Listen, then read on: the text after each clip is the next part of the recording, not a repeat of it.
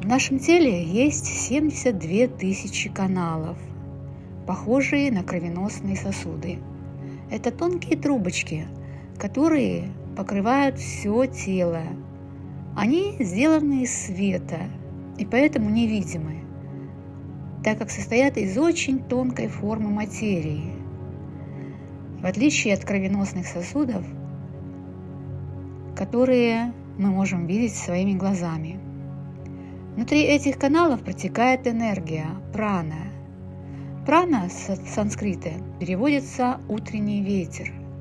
Пра означает «вперед», ан – «наружу», то есть дышать наружу.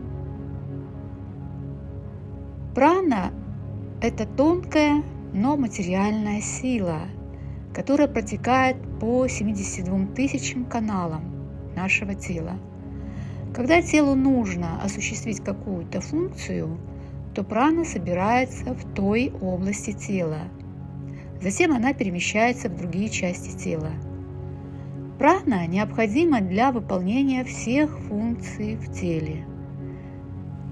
Хотя в теле 72 тысячи каналов, только 3 из них наиболее важны.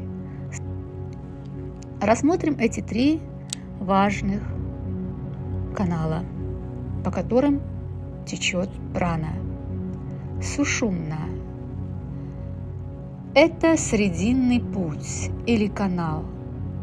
Он начинается между глаз, идет вдоль черепной коробки, вниз, вдоль спины, прямо перед позвоночником, который формируется вокруг сушумны в утробе. Далее он идет вниз в область паха, и там он заканчивается. Пингала или красный канал идет по правую сторону от центрального канала сушумны. Он начинается рядом с носом, проходит по внутренней стороне носа, под черепной коробкой, идет вдоль позвоночника до промежности и в области паха разветвляется к ногам. Следующий канал называется Идда. Это молочно-белый канал. С санскрита Идда означает овца. Этот канал проходит по левую сторону от центрального канала сушумны и спускается вдоль позвоночника вниз. Эти 2 боковых канала обвивают сушумну и образуют узлы, гранти. Пингала доходит до межбровья и обвивается вокруг сушумны, возвращается назад. Ида тоже обвивается вокруг сушумны. И вот такие узлы каналы делают в районе макушки, головы и горла. Они обвиваются вокруг центрального канала на уровне сердечной чакры. Эти чакры не прикреплены к телу, а находятся немного спереди позвоночника и следуют вниз вдоль позвоночника. Поэтому при выполнении упражнений ощущайте их сзади, прямо перед позвоночником. Самая важная концепция тибетской йоги, пришедшая из Индии: куда мысли, туда и прана, и наоборот. Куда прана, туда и мысли. Что это означает? Если вы сконцентрируетесь на какой-то чакре, то прана потечет туда же. Концентрация сознания в теле ведет к скоплению праны в том месте. Вот это есть главный принцип действия медитации для перемещения праны по телу.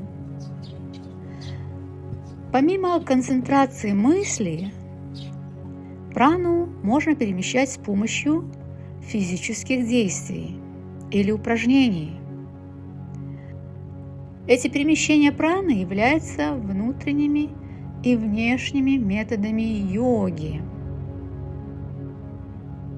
В гранте или узлах оба канала сдавливают сушумну, и прана скапливается в центральном канале в тех местах, и оттуда появляются новые мелкие каналы.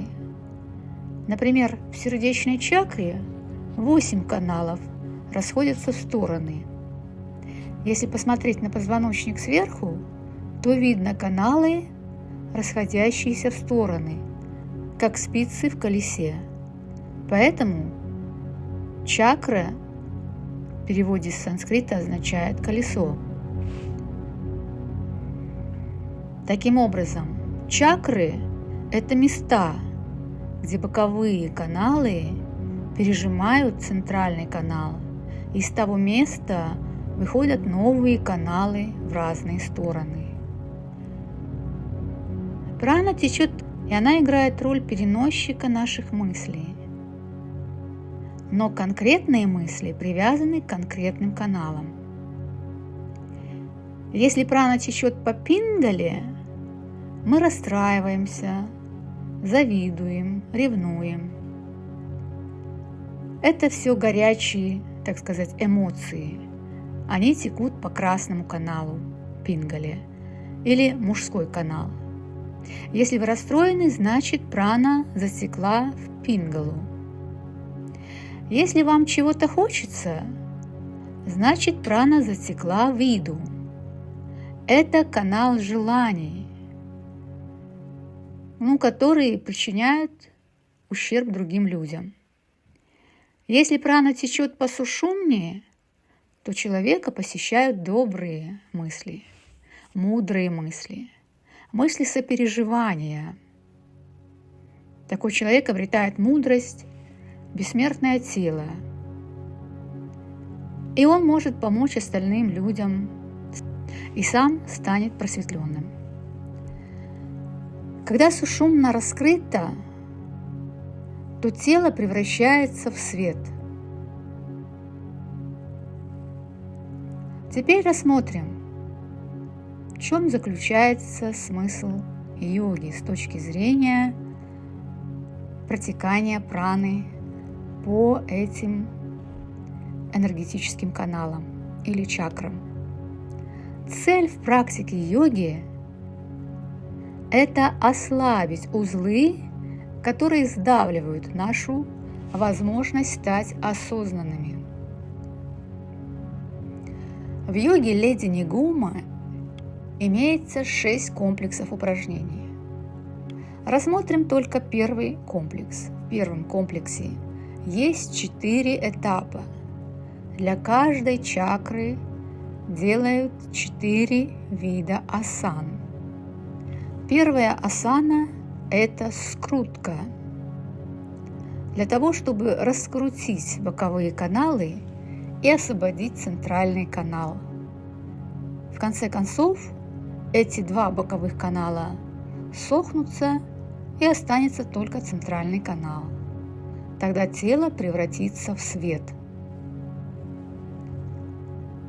Вторая асана – это вытяжение. Для того, чтобы распрямить боковые каналы и позволить пране вытечь из них центральный канал.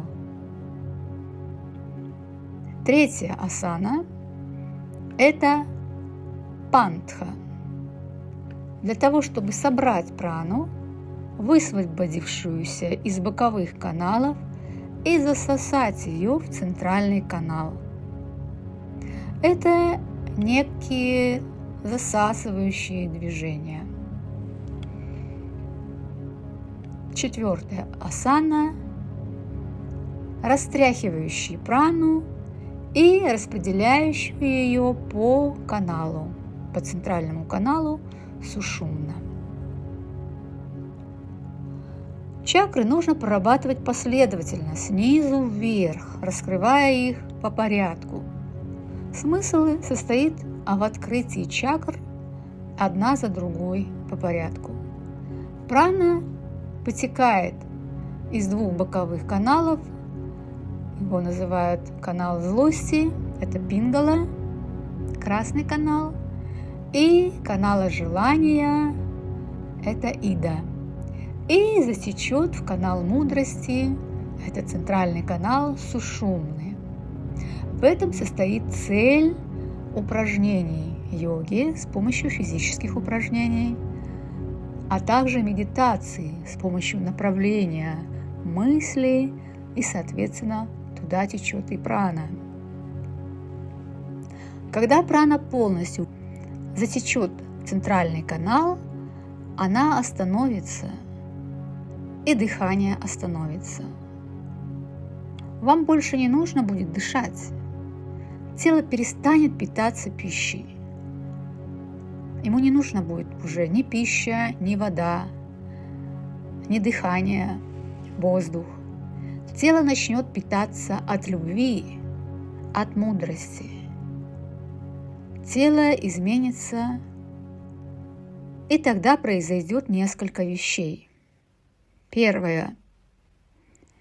Когда откроется сердечная чакра, вы испытаете абсолютную любовь. Вы увидите всех существ во всех мирах и испытаете любовь к ним. Второе. По мере того, как Сушумна будет раскрываться и наполняться праной, тело превратится в свет. Вы достигнете чистого тела, у которого появится способность регенерировать себя, а также помогать другим. А в этом и заключается цель йоги. Об этом учат древние тибетские рукописи. Для заземления очень важно очистить и активировать 3 нижние чакры. В частности, самая первая нижняя чакра – это Муладхара, корневая чакра. Вторая чакра – это Свадхистана, это сексуальная или сакральная чакра. И третья чакра – это Манипура, или чакра солнечного сплетения. Эти 3 нижние чакры помогают нам заземляться, и они помогают нам соединиться с нашим физическим миром. А вы знаете, что деньги материальные, они физические. И поэтому очень важно для того, чтобы у нас было много денег, чтобы мы достигали успеха, получали удовольствие от жизни, чувствовали себя в безопасности, нужно проработать эти 3 нижние чакры. Давайте я сейчас вам расскажу про эти чакры, и дальше мы пойдем в 4, 5, 6 и 7 чакры. Какие блоки возникают во всех этих чакрах, чтобы вы могли, во-первых, определить, есть ли у вас блоки в этих чакрах. И если они есть, то начать работать над разблокировкой этих чакр, очищением и активацией этих чакр. Чакры – это энергетические центры. Название чакра с санскрита означает колесо, которое вращается где-то в области позвоночника. Через эти чакры проходит энергия, жизненная энергия человека. Энергия, без которой мы не можем жить. Поэтому от того, очищены эти энергетические центры, активированы они или нет, зависит качество нашей жизни. Поэтому очень важно понимать состояние ваших чакр и работать над их очищением, активацией, чтобы жить полноценной жизнью, чтобы чувствовать себя гармонично, достигать своих результатов, чтобы получать удовольствие от жизни. Итак, как я сказала, первые 3 чакры играют важную роль в раскрытии денежного потока, и как этот денежный поток закрепляется, как он взаимодействует с этими энергетическими центрами. Первая чакра – Муладхара. Когда она заблокирована, то это создает угрозу для нашего выживания. Когда она заблокирована, то вообще невозможно достичь никакого успеха и никакого богатства.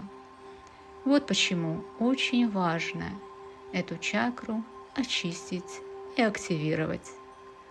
И, как правило, человека с заблокированной Муладхарой, корневой чакрой, будут преследовать болезни, несчастные случаи, какие-то несчастья, связанные, например, с какими-то проектами, какими-то планами.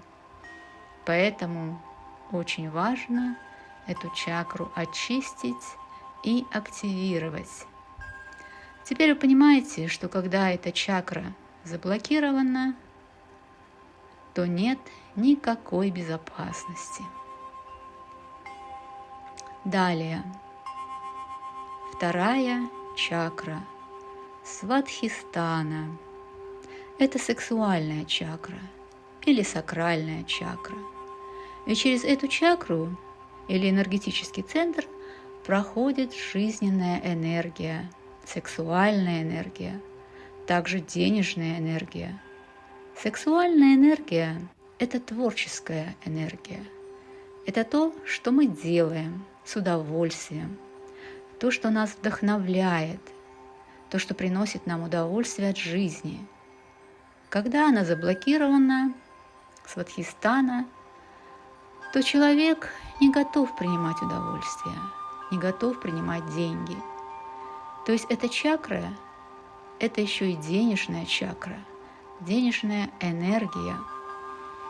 Он не готов принимать и будет сам отказываться от всего материального, достатка, и будет довольствоваться самым малым, получать маленькую зарплату, работать много часов, без сна и отдыха, жить для других.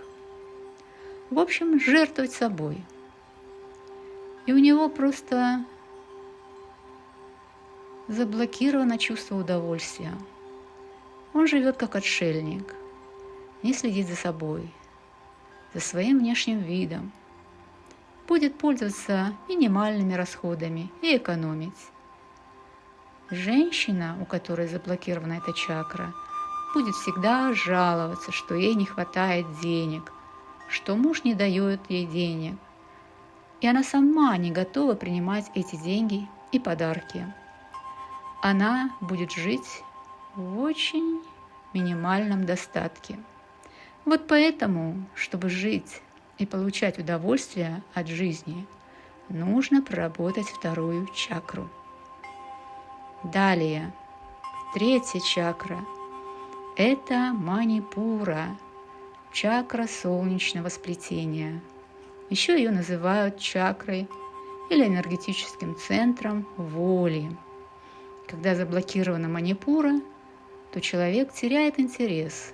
У него нет интереса, у него нет желания достигать целей, двигаться вперед. У него проблема с отстаиванием своих личных границ, говорить «нет», когда ему это не интересно или это не соответствует его интересам и желаниям. В результате все пользуются этим. Это безвольный человек. Он не может попросить повышения, например, на работе, потребовать достойной оплаты за свой труд и не может даже уволиться с работы, которая ему не нравится. Его часто подводят деловые партнеры. Им пользуются родственники, которые вытягивают из него деньги, заставляют его что-то делать. Друзья, другие люди также пользуются его безотказностью. В конце концов, он остается совершенно разоренным и без денег. Он будет бояться угроз, которые будут его приводить в панику, и будет готов все сам отдавать, отказываться от своих позиций, продвижения и так далее. Вот это человек, у которого нет воли, у которого нет личных границ, который не может говорить «нет». Естественно, чтобы прокачать эту чакру, нужно работать над своей волей, над своими личными границами. Эта чакра помогает человеку достигать своих целей и результатов. Вот эти 3 нижние чакры. Это чакры, которые напрямую связаны с деньгами и денежными потоками, с изобилием. Если не проработаны эти чакры, то у человека не будет денег. Дальше. 4-я чакра находится на границе между нижними чакрами и верхними чакрами. Это чакра Анахата, сердечная чакра. Человек, у которого заблокирована эта чакра, как правило, занимается не своим делом. Он заставляет себя, он ненавидит работу, которой он занимается. Он испытывает постоянный стресс. Он все время находится в напряжении. Он не позволяет себе заниматься любимым делом, не живет в своем предназначении. Он как слепой и глухой, потому что он не чувствует себя, потому что он не чувствует своей сердечной чакры. Такой человек еще и, как правило, не умеет выражать свои эмоции. Он не чувствует любви, соединения со Вселенной, гармонии со Вселенной. Потому что он действует от ума, ум ведет его, и, как правило, в ложном направлении, потому что он не чувствует своих истинных желаний и своих истинных чувств. Он готов поверить в любую ложную информацию из любого источника, потому что он не верит и не доверяет себе. Естественно, такой человек не может воплотить или создавать какие-то свои идеи и их реализовать. Идеи, которые у него возникают, не соответствуют его истинным идеям. Это могут быть идеи других людей. И, как правило, они терпят крах. Поэтому важно услышать себя, почувствовать свои истинные желания, свои истинные чувства, проработать сердечную чакру. Теперь вы поняли, где находятся все чакры. Во-первых, все чакры находятся сзади, со спины, но их показывают обычно спереди, чтобы это было удобно. 5-я чакра – это Вишудха, это горловая чакра, которая находится в области горла. Если заблокирована Вишудха, то человек не может вообще проявляться. Он не может доносить до людей свои идеи. Он не может говорить свободно о своих идеях, о своих достижениях, о самом себе, о своих взглядах и убеждениях. Он не может вообще проявляться. Такой человек не видит своих собственных талантов и способностей. Естественно, он не может их проявлять. Например, многие из вас, кто много обучался на разных курсах, но не могут себя проявлять. Это как раз говорит о том, что заблокирована 5-я чакра. Такой человек не может творчески проявляться, он боится критики со стороны других людей. Он боится открыто произносить свое мнение. Для него важно, что о нем думают другие люди. У него проблемы также с учебой, с логикой. Он ощущает недостаток знаний и информации. Он обычно чувствует, что его не ценят окружающие люди. Он сомневается в своей ценности, и в результате он не может реализовать свои планы и может идти в ложном направлении. Поэтому, чтобы проявляться, очень важно работать с чакрой Вишудхой. Дальше, 6-я чакра. Она находится между глаз, межброви. Это Аджна, или чакра 3-го глаза. И когда заблокирована аджна, человек вообще не способен смотреть вперед, он не способен видеть перспективу, он не способен делать долгосрочные планы, он не может просчитать заранее свои шаги, потому не может заниматься какими-то крупными проектами и создавать стратегические планы. Он, как правило, действует, так сказать, по ситуации и может совершать ошибки, потому что не видит перспективы. Его жизнь превращается в застой, потому что он не видит будущего и тенденции будущего. Например, человек, который предлагает устаревшие вещи, устаревшие услуги, товары. И вы знаете, что 3-й глаз – это интуиция. Так у него нет интуиции. Поэтому он не понимает, что нужно в данный момент, у него не появляется интересных идей, он находится в застое, застревает в старом и не может проявить себя, понять, что требуется в настоящее время и быть полезным. Поэтому шестая чакра – это чакра, связанная с интуицией, третьим глазом, способностью видеть будущее, чувствовать его, связь с сверхзнанием, сверхсознанием. И очень важно работать над этой чакрой, чтобы быть в потоке, чтобы распаковать свою шестую чакру, чтобы новая информация, новые знания приходили к человеку. В этом помогают практики медитации и, естественно, получение новых знаний. Седьмая чакра – это сахасрара. Она находится над макушкой головы. Эта чакра соединяет нас с потоком Вселенной. Поэтому, когда заблокирована эта чакра, то это говорит о том, что человек не готов соединиться с Абсолютом, слушать Вселенную, жить в гармонии с ней, а значит и с собой. Человека может одолевать непомерная гордыня. Он считает себя чуть ли не Богом. Он не хочет творить и не может быть в состоянии единства со Вселенной. Его просто чрезмерная гордыня, когда он считает себя Творцом. Действительно, на его пути встречаются препятствия, и как бы он ни пытался настаивать на своем, он все равно потерпит неудачу, потому что здесь нужно просто сдаться. Когда этот чрезмерный ум, эго ведут его в ложном направлении, он не слушает свою собственную интуицию, свой внутренний голос, не чувствует свою душу, считает себя всезнайкой. Это, конечно, чрезмерное эго.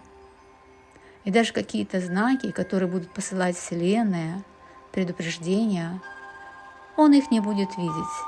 И, естественно, такой человек может плохо кончить, потому что он считает, что он всегда прав.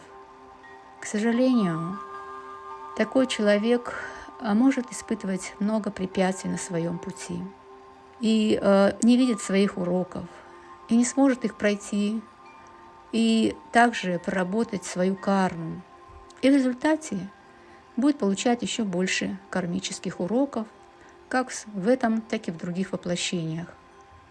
Естественно, он получит много страданий в этой жизни, а также у своих потомков.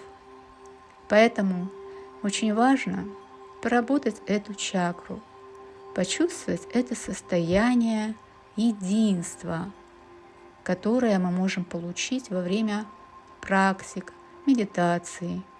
И они будут давать вам расширение сознания, выйти за рамки из этого узкого сознания, которое, как правило, управляется умом.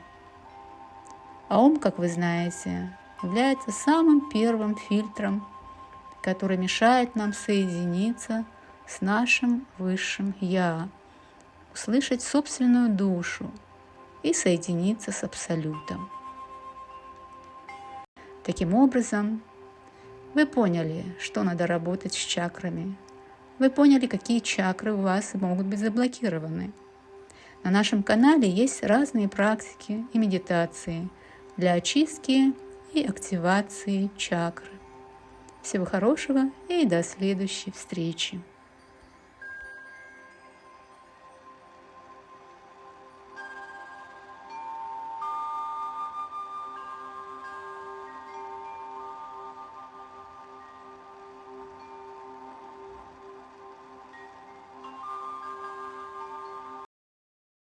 Вдох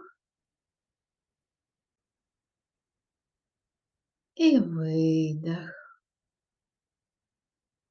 Еще раз. Вдох и выдох. Почувствуйте расслабление в своем теле. Вы расслаблены. Обратите внимание на ваше дыхание. Вдох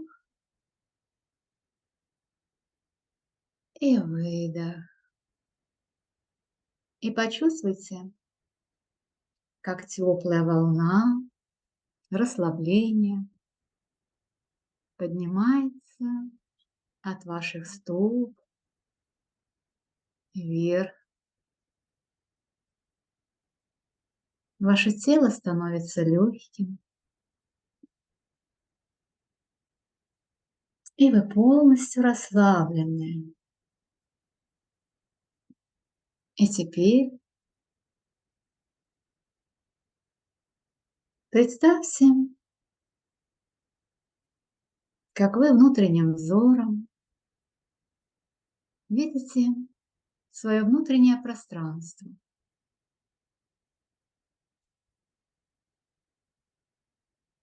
И увидите свою первую чакру, как красный лотос. Посмотрите на нее, как она пульсирует, какая она красивая.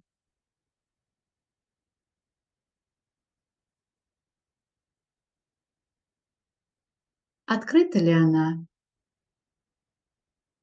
Как она выглядит? Какого она цвета?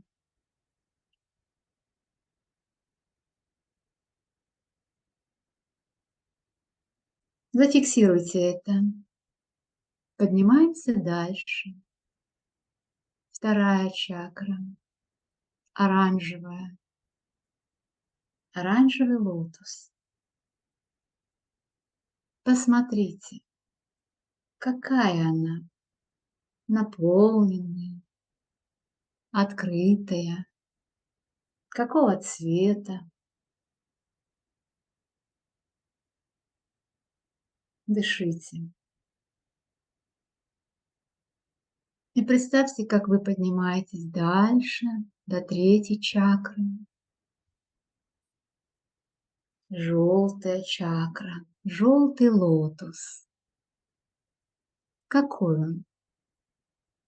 Открытый или не очень? Ярко светится или слабо? Посмотрите, какой он. Третий энергетический центр. Центр воли. И теперь медленно поднимаемся к сердечной чакре. Увидьте зеленый лотос. Какой он? Открытый, яркий или не очень? Почувствуйте. Мгм. Запоминайте. Какие чакры у вас открыты, какие не очень, какие яркие, какие не очень яркие. Запоминаем. Поднимаемся выше. Горловая чакра. Какая она? Мгм. Голубого, небесно-голубого цвета. Открытая, яркая или нет? Посмотрели.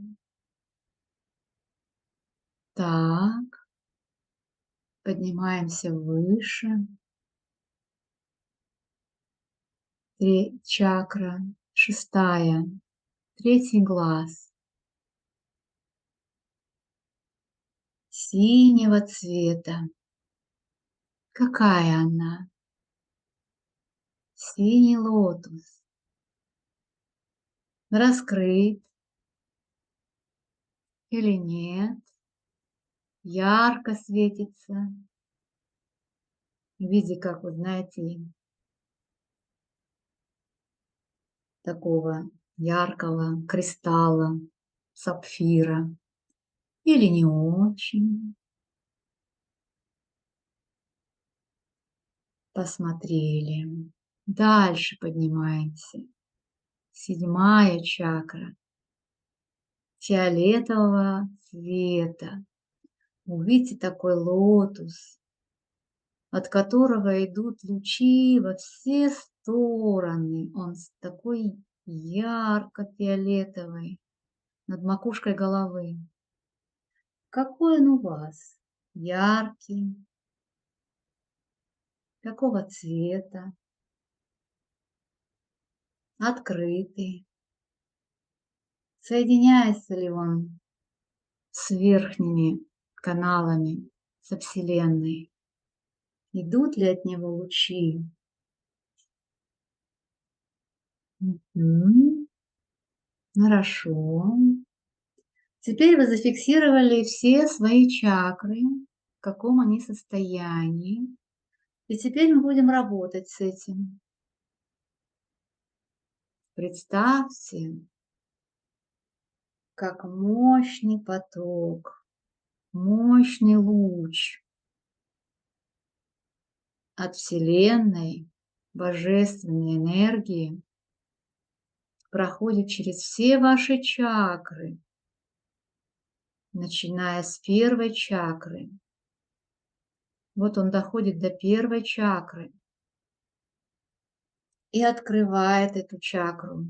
Если она была не очень открыта, может быть, она была не такая яркая. Представьте, как этот луч ярко светит. Это луч божественной энергии. И чакра открывается, становится яркой, как рубин, кристалл, красный кристалл. Светится ярко во все стороны. Посветите этим божественным лучом, наполните эту чакру энергией. Видите, как она раскрыла все свои лепесточки. Мгм. Поднимаемся дальше. Вторая чакра, сакральная. Почувствуйте, как она начинает светиться ярко, как оранжевый кристалл. Божественная энергия наполняет ее. И эта чакра раскрывает свои лепесточки. Если они были у вас не раскрыты или недостаточно открыты, наполните ее энергией. Наполните эту чакру. Почувствуйте, как божественный луч энергии, безусловной любви наполняет ее светом и любовью. И эта чакра раскрывается. Поднимаемся на третью чакру солнечного сплетения, желтая. Увидите, как она ярко светится и раскрывается, наполняется энергией. И вся сверкает. Дальше. Сердечная чакра. Увидите ее, как она сияет, как огромный изумруд зеленого цвета, изумрудного цвета, и раскрывает все свои лепесточки и наполняется энергией. Дышите вдох и наполняйте эту чакру энергией божественной любви, принятия и благодарности. И вот мы поднимаемся, горловая чакра засверкала небесно-голубым цветом, раскрылась, наполнилась энергией божественного света. Почувствуйте, как она раскрывается, она открыта миру, вы готовы проявляться. Дышите и наполняйте эту чакру энергией. Поднимаемся до чакры третьего глаза, синего цвета. И увидите, как она наполняется, открывается. И у вас раскрываются способности, интуиция. Вы начинаете чувствовать, осязать и осознавать сверхзнание, сверхсознание. Вы наполняетесь знаниями, интуицией, сверхзнаниями, сверхспособностями открываются у вас. Наполняйте эту чакру энергией, откройте ее полностью. И поднимаемся в самую верхнюю чакру фиолетового цвета. И увидите, как она сверкает ярко-ярко, раскрыта и соединяется с божественным каналом, абсолютом, божественной силой. Но видите, как она раскрыла лепесточки свои. И через нее льется свет, божественный свет, выходит от вас во Вселенную и соединяет вас со Вселенной. И теперь представьте, как этот божественный свет проходит через все чакры сверху вниз. И от вашей первой чакры корневой этот луч спускается ниже, по вашим ногам, через стопы, как корни деревьев.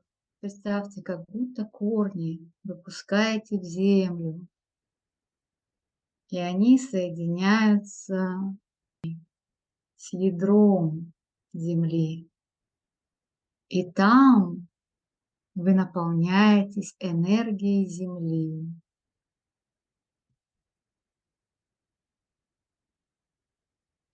И эта энергия поднимается вверх, опять проходит снизу, от земли через ваши стопы, снизу вверх, идет через ваши чакры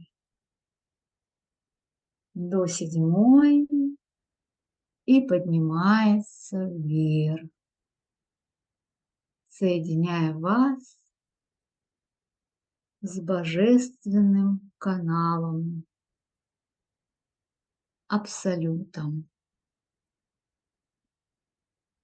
И побудьте в этом состоянии, увидите, как два канала, два энергетических канала проходят через ваши чакры. Один канал идет сверху вниз, а другой снизу вверх. Дышите и наполняйтесь энергией, божественной энергией и энергией Земли.